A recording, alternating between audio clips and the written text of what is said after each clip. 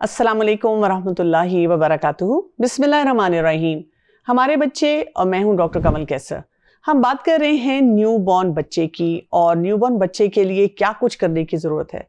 अब देखें, अक्सर औक़ात हम सिर्फ खुशियाँ मना रहे होते हैं बच्चे के आने पे, और जो परेशानियाँ होती हैं वो टोटली अनएड्रेस जाती हैं। इसी वजह से आप देखें कि माँ के ऊपर बहुत बर्डन होता है, और इसी तरह से जो नानी दादी हैं वो भी अपनी जगह परेशान फिर रही होती हैं। और मैंने ये भी देखा है कि अक्सर औक़ात वो जो माँ होती है वो अपनी अम्मी से या अपनी सास से बार बार पूछ रही होती है अभी क्या करना है, और वो बहुत सा टाइम गुजरने के बाद ये बातें भूल चुकी होती हैं, हालांकि उन्होंने अपने बहुत से बच्चे पाले होते हैं।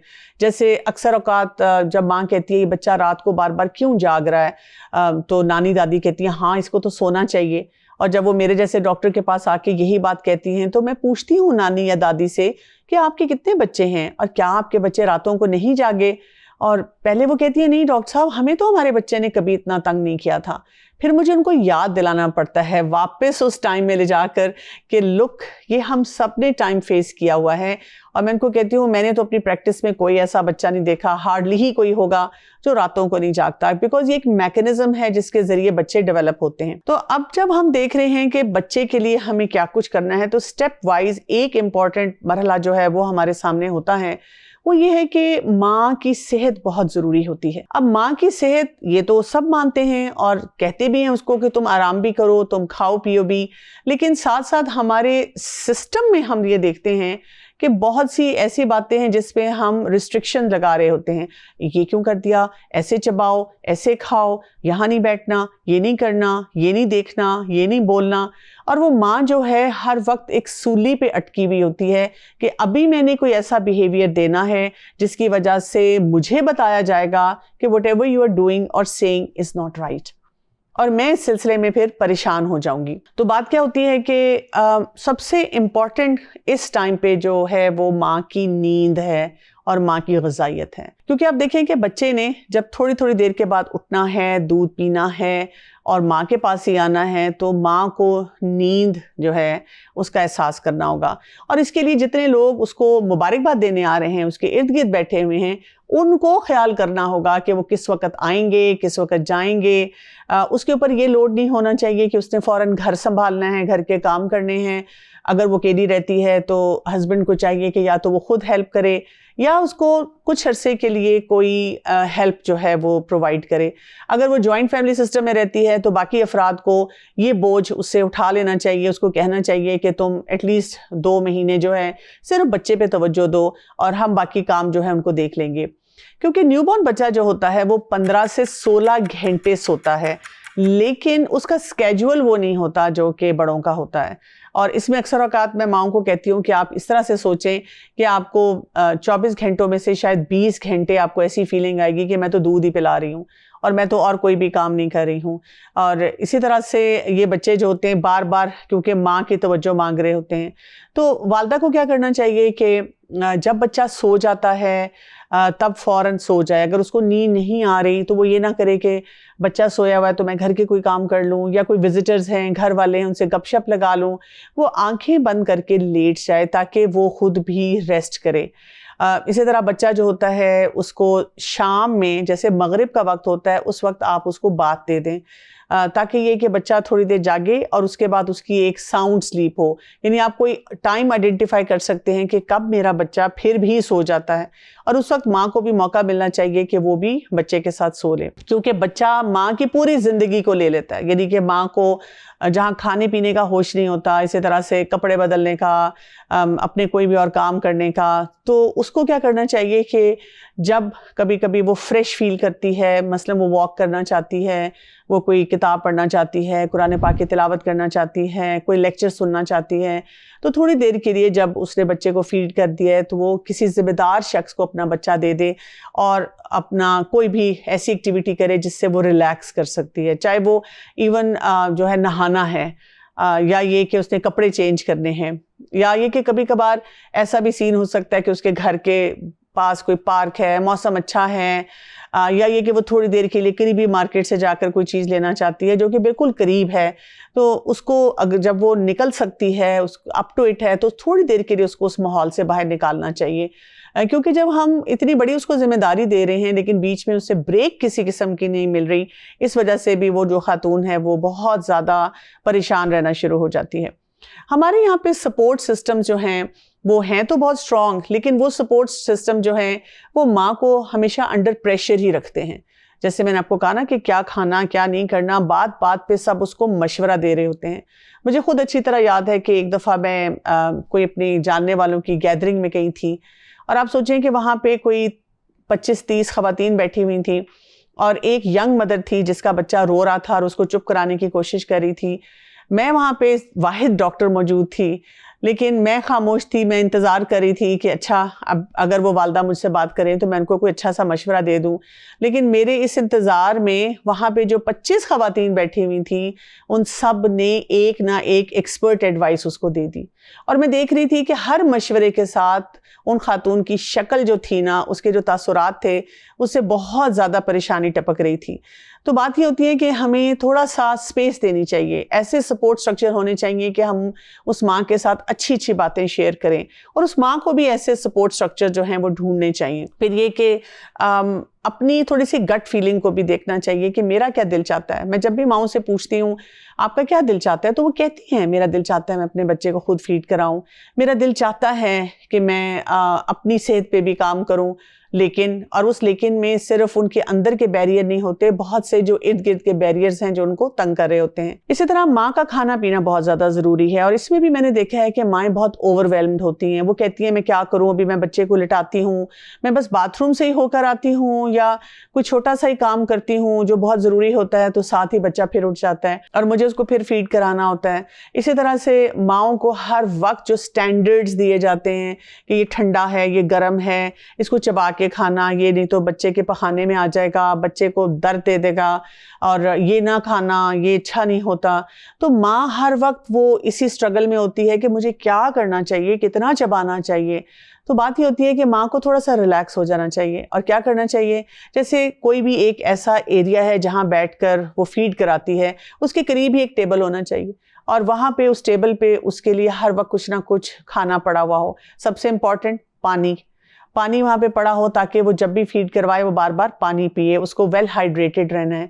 इसी तरह फल पड़े हुए हों, इसी तरह कभी उसके लिए वहाँ पे यखनी आ जाए या ये कि वहाँ पे कुछ वेजिटेबल्स आ जाएं, कभी उसके लिए वहाँ पे अंडा रख दिया जाए, कभी उसके लिए वहाँ पे फल रख लिए जाएं, ताकि ये कि वो कबाब बने हुए हैं वो उसमें से खा रही है, नगेट्स बने हुए हैं जो उसमें से खा रही है। सब चीज़ें हेल्दी होनी चाहिए, देसी होनी चाहिए, घर की बनी होनी चाहिए और वहाँ पे पड़ी होनी चाहिए ताकि वो आसानी से उनको ले सके और खा पी सके। इसमें दूध भी शामिल है कि उसे दिया जाए और जंक जो होता है उसे अवॉइड करना चाहिए। मेरे लिए बहुत ही पेनफुल बात होती है कि जब मैं बच्चे को एग्जामिन करने के लिए जाती हूँ पेरेंट्स के कमरे में, जो जैसे डॉक्टर्स जब जाते हैं हॉस्पिटल में, तो मैं क्या देखती हूँ कि वहाँ पर जूसेस पड़े हुए हैं जो कि बाज़ारी जूसेस हैं और आपको पता है कि उनमें बाहर तो बहुत खूबसूरती से लिखा हुआ होता है कि इसके अंदर मैंगो जूस है, ऑरेंज जूस है और मुख्तलिफ फलों का जो है रस, लेकिन आपको मैं बताऊं कि रियलिटी में उसमें सिर्फ पानी है और आर्टिफिशियल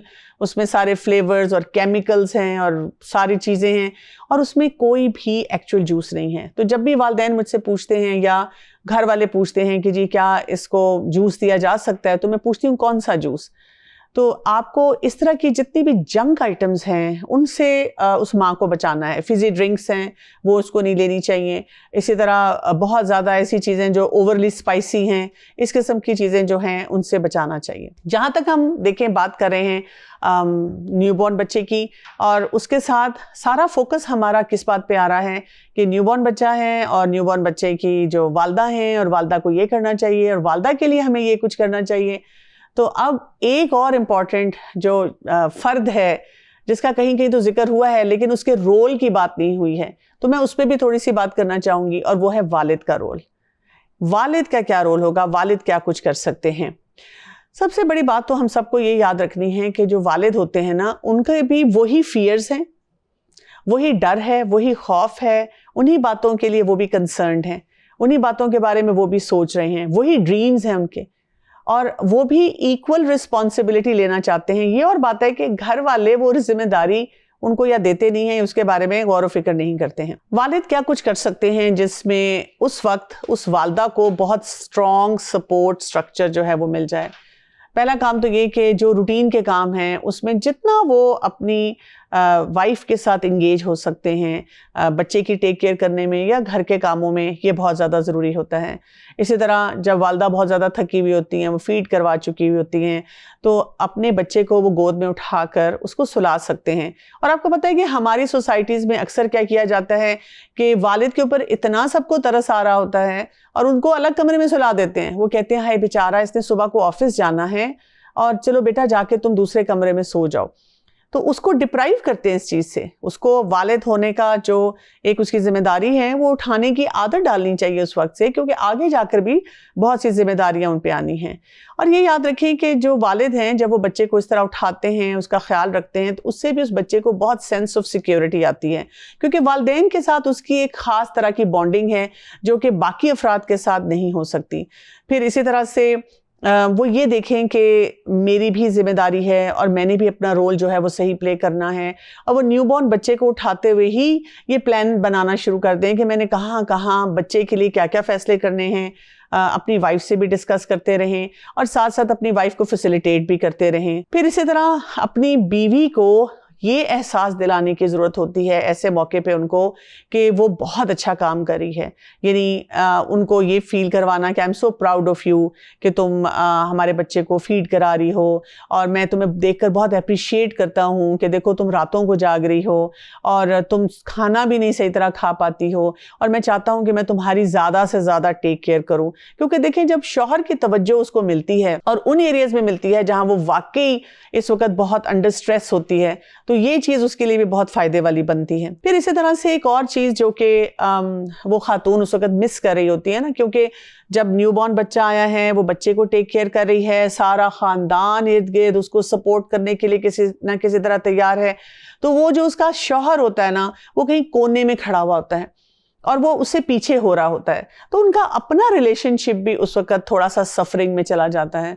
तो ये भी बहुत ज़्यादा ज़रूरी है कि जो शौहर है उस वक्त अपने रिलेशनशिप पे जो उसका अपनी बीवी के साथ है उस पर भी ख़ास तवज्जो दे। यहाँ पे फिर एक अगला मरहला आता है कि वालिदैन ये सोच रहे होते हैं कि अब हमने थोड़ी सी स्पेसिंग देनी है और फैमिली को प्लान करना है, तो क्या हम बर्थ कंट्रोल के तरीक़ों को इस्तेमाल कर सकते हैं कि नहीं कर सकते। तो बात यह है कि इसकी वजह क्या होगी, यानी हमें सबसे पहले तो ये बात सोचनी है, क्योंकि इस्लाम में अगर हम जब स्कॉलर्स के व्यूज़ को देखते हैं तो वो ये कहते हैं कि कोई भी जो मैस कैंपेन होती है कि जी बच्चे पैदा ही नहीं होने चाहिए, ये तो स्ट्रिक्टली मना किया जाता है। लेकिन अगर एक इंडिविजुअल अपना फ़ैसला इसलिए करता है कि अभी मेरा बच्चा छोटा है और मुझे थोड़ी सी स्पेसिंग रखनी है ताकि मैं इस बच्चे की टेक केयर करूं, वालदा की सेहत भी थोड़ी सी दोबारा से बेहतर हो जाए और फिर हम अगले बच्चे की तरफ जाएंगे, तो आप उस वक़्त अपने डॉक्टर के मशवरे के साथ और जो चीज़ हलाल है, जो चीज़ जायज़ है, किसी स्कॉलर से भी मशवरा करके आप जो तरीका होता है बर्थ कंट्रोल का वो इख्तियार कर सकते हैं। लेकिन ये सोचना सिर्फ कि जी अभी हम रेडी नहीं हैं या हमारे रिसोर्सेज नहीं हैं या हम कैसे कोई मामला इसके साथ करेंगे, तो ये जो तरीके होते हैं फिर वो दुरुस्त नहीं रहते। तो इसमें फिर आप बर्थ कंट्रोल के लिए आप देख सकते हैं मसलन ये कॉन्सेप्ट जो लोगों का होता है हमारी फैमिली कंप्लीट होगी है, इस पे भी आप बर्थ कंट्रोल जो परमानेंट तरीके हैं उस पर नहीं जा सकते। लेकिन ये कि कई दफ़ा माँ की हेल्थ को बहुत बड़ा रिस्क होता है और वो रिस्क जो होता है वो फिर सारे मिल के, यानी डॉक्टर, एक माहिर नफ्सियात, एक स्कॉलर, वो मिलकर डिसाइड करते हैं कि ये रिस्क कितना बड़ा है और उसमें हमें क्या करना चाहिए। ये बात मैं पहले भी कह चुकी हूँ कि जो विजिटर्स आते हैं उनका बहुत बड़ा रोल होता है और इस पे मैं मज़ीद थोड़ी सी बात ये करना चाहूँगी कि कई दफ़ा वो इतने खौफ और डर पैदा करके चले जाते हैं, अपनी तरफ से मुबारकबाद देने आते हैं, हाल चाल पूछने आते हैं, उनका ख्याल रखने के लिए आते हैं, लेकिन तबाही हो जाती है वहाँ पे पूरी सिलसिले की। क्या है वहाँ पे, मसलन पेशेंट मेरे पास भागा भागा आता है, एक अम्मा अब्बा बच्चे को उठाकर ला रहे हैं और इतने परेशान है और मैं सोचती हूँ कि वाकई कोई बहुत सीरियस चैलेंज होगा। और पता क्या चलता है कि वो जी हमारे अभी कोई रिश्तेदार आए थे और वो कह रहे थे कि आपके बच्चे का जो सर है ना वो नहीं बना हुआ, तो डॉक्टर साहब से जाकर डिस्कस करके हैं कि सर कैसे बनाना है। तो मैं उनको हमेशा ये कहती हूँ कि देखें, आप फिक्र करें कि सर के अंदर जो है वो कैसे बनेगा, क्योंकि जो अंदर का मामला दुरुस्त हो गया ना, तो इंशाल्लाह बाकी अगर सर की शेप उस तरह की ना हुई जो कि हमारी सोसाइटी के लिए एक्सेप्टेबल है, वो कवर हो जाएगी, क्योंकि वहां पे बाल आ जाएंगे। इसी तरह जॉन्डिस अगर बच्चे को थोड़ा सा हो जाता है, उसमें भी बहुत परेशानी उनको होती है। मैं अक्सर औकात वालिदैन को बताती हूँ कि इस जॉन्डिस को ठीक होने में कुछ दिन लग सकते हैं, लेकिन आपको परेशानी कब कब होगी, जब शाम का वक्त होगा, क्योंकि रात को वो येलो कलर ज्यादा डीप नजर आता है। जब आप कोई कपड़े इस कलर के पहनाएंगे जिससे वो येलो कलर दोबारा ज्यादा गहरा नजर आना शुरू हो जाए। और तीसरी बात मैं उनको बताती हूँ, जब आपके घर कोई मेहमान आएगा, क्योंकि मेहमान ने आना है और उसने कहना है मुबारकबाद, साथ ही उसने देखना है सर, साथ ही उसने देखना है कलर, साथ ही उसने आपको बताना है अगली बार आपका बच्चा बहुत कमजोर है। कमजोर क्यों है इतना, जबकि हमारे मेडिकल स्टैंडर्ड के मुताबिक वो बच्चा बिल्कुल ठीक होगा। या फिर उस माँ को ये एहसास दिलाना है बार बार कि तुम्हारा तो दूध नहीं पूरा होता, या उसको ये बताना है कि ये तुमने खाना है और ये तुमने बिल्कुल नहीं खाना। तो मेरी एक रिक्वेस्ट यहाँ पर उन तमाम विजिटर्स को है, हम भी सब विजिटर्स होते हैं ना, जब हम किसी को मुबारकबाद देने जाते हैं, पहली बात तो ये कि इस किस्म की तमाम बातें उनसे परहेज करें, जिप अप कर लें, नहीं मैंने ऐसी कोई बात करनी। फिर उसके बाद दुआ दें उनको, और इसके अलावा वालिदैन से अच्छी अच्छी बात करें, पॉजिटिव बात करें, जो प्रैक्टिसेस वो कर रहे हैं उस पर उनको शाबाश दें। अच्छा, उनको गिफ्ट्स अच्छे वाले दें। हम कई दफ़ा ऐसी बेकार चीज़ें लेकर जाते हैं जो कि उनके किसी काम की नहीं होती। अच्छी किताब दें जो वो पढ़ें, इसी तरह से कोई ऐसी चीज़ जिसकी वाकई उनको ज़रूरत हो, जो उनके काम भी आए। फिर इसी तरह से कभी कभी ऐसे होता है कि हम न्यूबॉर्न बच्चे के लिए कोई तोहफा ले जाते हैं और वहाँ पे उसके कोई बड़े बहन भाई होते हैं जो कि बहुत गमज़दा बैठे होते हैं कि उनको तवज्जो नहीं मिल रही, और जो भी आ रहा है वो न्यूबॉर्न के लिए कोई गिफ्ट लेकर आ रहा है। तो अगर आपको लगता है कि लेट्स से उसका कोई पहला बहन भाई है, आप बजाय कि न्यूबॉर्न के लिए कुछ लेकर जाएं, आप बड़े बच्चों के लिए कुछ ले जाएं। इसी तरह ज़रूरी नहीं है कि आपने बेकरी से कोई बेकरी आइटम जो कि टोटल जंक है आप लेकर जाना है। मिठाई के डब्बे लेकर जाने हैं, केक पेस्ट्रियाँ लेकर जानी है। आप कोई हेल्दी आइटम लेके जाएं, जैसे फल ले जाएं, सूप बना कर ले जाएं, घर से बनी हुई जैसे कोई पंजीरी है या कोई और ऐसी न्यूट्रिशनल चीज़ जो कि आपको बनानी आती है या आप काम कर सकते हैं, आप वो लेकर जाएं। इसी तरह उनको बहुत सारे जो ऐसा मवाद होता है, लेट्स से आपने ये वीडियो देखी है या इससे सिमिलर कोई आपने बहुत सारी कुछ स्पीकर्स को सुना है और उनके काम को आपने सराहा है, तो आप ऐसा मटेरियल जो है उनके साथ शेयर करें ताकि उनको फ़ायदा हो और वो अपने बच्चे को पालने में मज़ीद बेहतरी जो है वो ला सकें। यहाँ पर मैं बात थोड़ी सी आगे बढ़ाऊंगी, और जब हम न्यूबॉर्न की बात करते हैं तो मैं ये कहूँगी कि अब वो वक्त आ गया है कि हमने थोड़ा सा ये भी देखना है कि क्या न्यूबॉर्न की भी तरबियत की जा सकती है। न्यूबॉर्न की नहीं, हम तो सोच रहे हैं कि ये ज़रा होगा 7-8 साल का, स्कूल जाना शुरू करेगा, तब तरबियत के जो मौक़े हैं वो मुझे मिलेंगे। तो न्यूबॉर्न की तरबियत के लिए आप ये समझें कि आपको अपने ऊपर तवज्जो देनी है। यानी अब अगर आपने पहले कोई प्रेपरेशन नहीं की है तो समझें कि अब आपका रोल और ज़्यादा बड़ा हो चुका हुआ है और अब आपने अपनी रोल मॉडलिंग को और ज़्यादा बेहतर बनाना है। ये याद रखें कि हम में से कोई भी सुपर पेरेंट्स नहीं होते हैं, क्योंकि सुपर पेरेंट्स आपको सिर्फ टीवी स्क्रीन पे नज़र आते हैं, ड्रामों में नज़र आते हैं या कहानियाँ जो हम पढ़ते हैं उसमें नज़र आते हैं। हम सब कोई ना कोई गलतियाँ कर रहे होते हैं और हम वो गलतियाँ करते करते जो हैं वो आगे बढ़ते हैं और उसी से हमारी लर्निंग होती है। सबसे पहला मैसेज जो यहाँ पे मैं वालिदैन को देना चाहूँगी, जिनको अपने बच्चे से अब शदीद मोहब्बत हो चुकी है और उनको बहुत वो प्यारा लगता है और उनको लगता है कि बस इसके लिए हम पता नहीं अब क्या कुछ करने वाले हैं, तो यहाँ पर याद रखें, अल्लाह सुब्हान तआला ने सूरह अल-बकरा में हमें याद दहानी कराई है, वल्लज़ीना आमनू अशद्दु हुब्बन लिल्लाह। जो लोग ईमान वाले होते हैं उनकी सबसे ज़्यादा शदीद मोहब्बत अल्लाह ताला के लिए होती है। तो औलाद की मोहब्बत ये ना हो वो हमारे लिए फितना बन जाए, हम जो भी फैसले उसके लिए करें कुछ ऐसे फैसले कर लें जो कि दुरुस्त नहीं हैं। तो हमें क्या करना है कि इस टाइम पे जब आपका न्यू बॉर्न बच्चा है और आप सोच रहे हैं कि आगे जाकर मुझे इसकी तरबियत करनी है, तो पहला असूल ये है कि जो करना है अल्लाह ताला को राज़ी करने के लिए करना है, अल्लाह के हुक्म के मुताबिक करना है। क्योंकि हमने जहाँ पर कोई गलत फैसला कर लिया वो सारे रिपरकशंस हम पे, हमारे बच्चे पे और हम दोनों की आखिरत पर आएंगे। इसके लिए हमें कुछ रोल मॉडल्स को देखना है, जैसे हम खदीजा रज़ियल्लाहु अन्हा की शख्सियत को देखें। वालिदैन को अपनी लर्निंग को बढ़ाना है और इसमें वालदा का रोल आ जाता है कि वो सीखें, एक तो बच्चों की तरबियत कैसे करनी है, कॉन्स्टेंट लर्नर बन जाएं।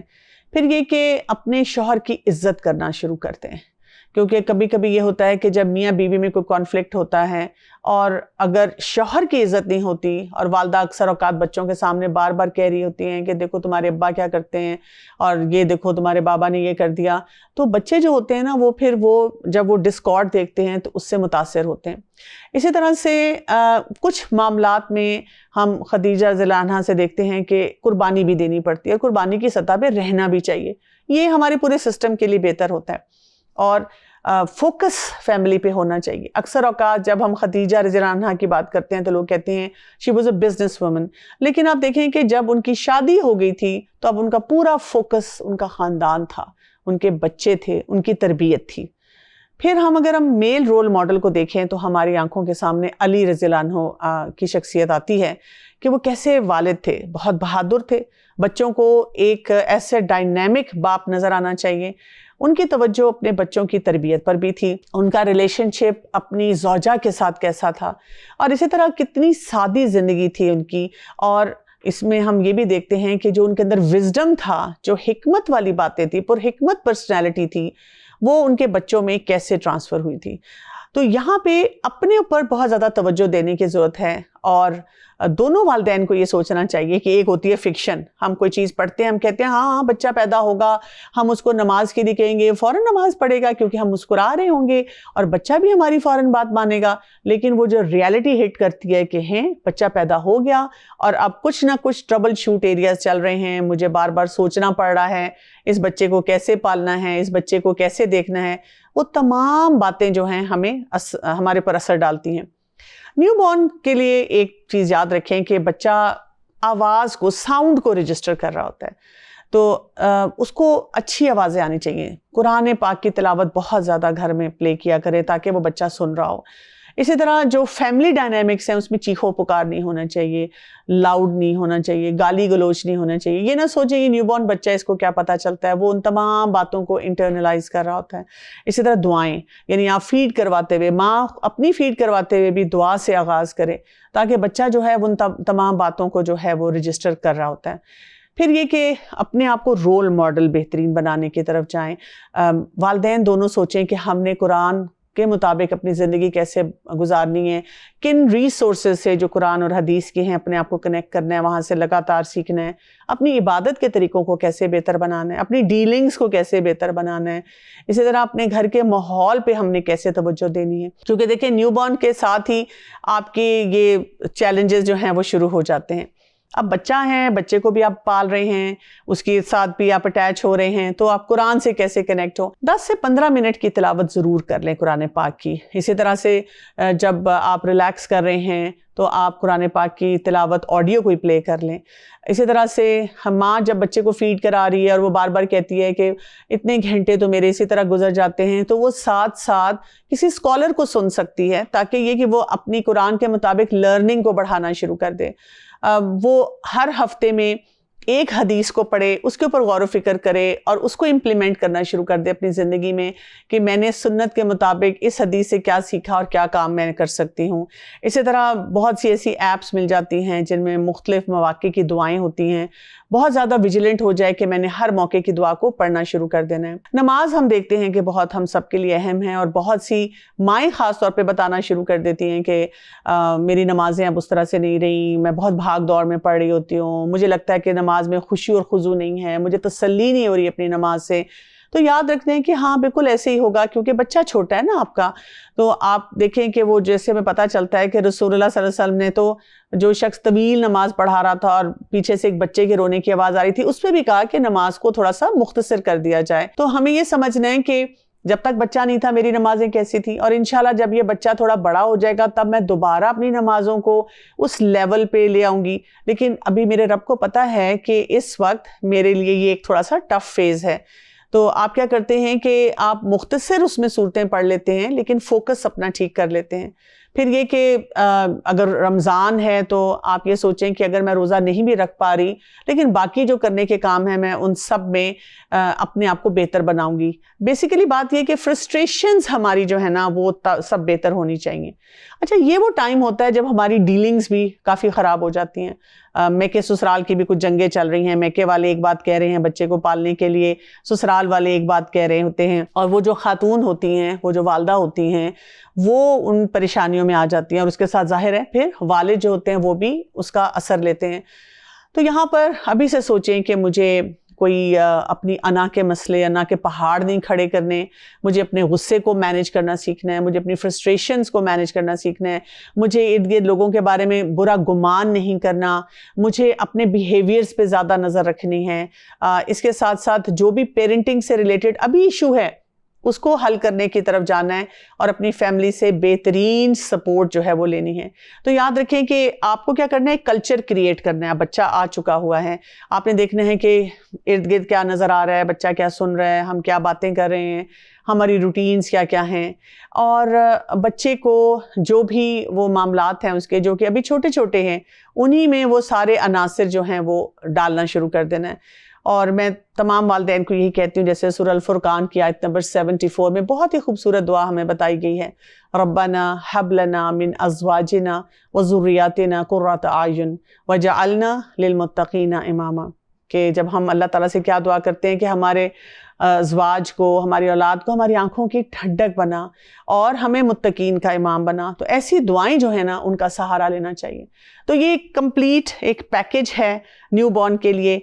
आप न्यूबॉर्न बच्चों के लिए बार बार सुन सकते हैं, इसमें से अपने लिए चेकलिस्ट बना सकते हैं, एक दूसरे को रिमाइंडर दे सकते हैं, और इंशाल्लाह इसके बाद हम चलेंगे अगले बच्चे पे कि जब बच्चे बड़ा होना शुरू हो जाते हैं तो उनकी क्या रिक्वायरमेंट्स हैं। तो हमारे साथ रहिएगा। नेक्स्ट एपिसोड के लिए इजाज़त चाहती हूँ। अस्सलामु अलैकुम व रहमतुल्लाहि व बरकातुहू।